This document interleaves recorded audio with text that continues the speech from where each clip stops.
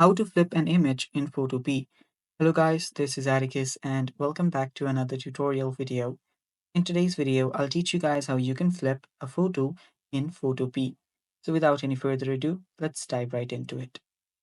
First step is open up your Photopea, head over to photopea.com, and after you're there, simply import an image.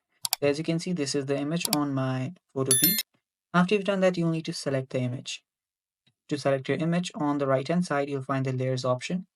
Tap on layers and simply select the layer of your photo.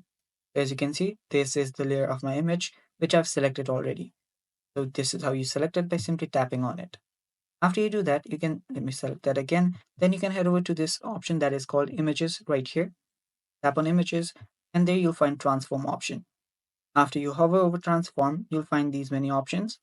So if you want to flip it horizontally, tap on flip horizontally. And as you can see, it's just been flipped. And if you want to flip it back again, tap on image, head over to transform, and then flip horizontally again. So you can do this again for your vertical flip. So as you can see, and it's basically that simple.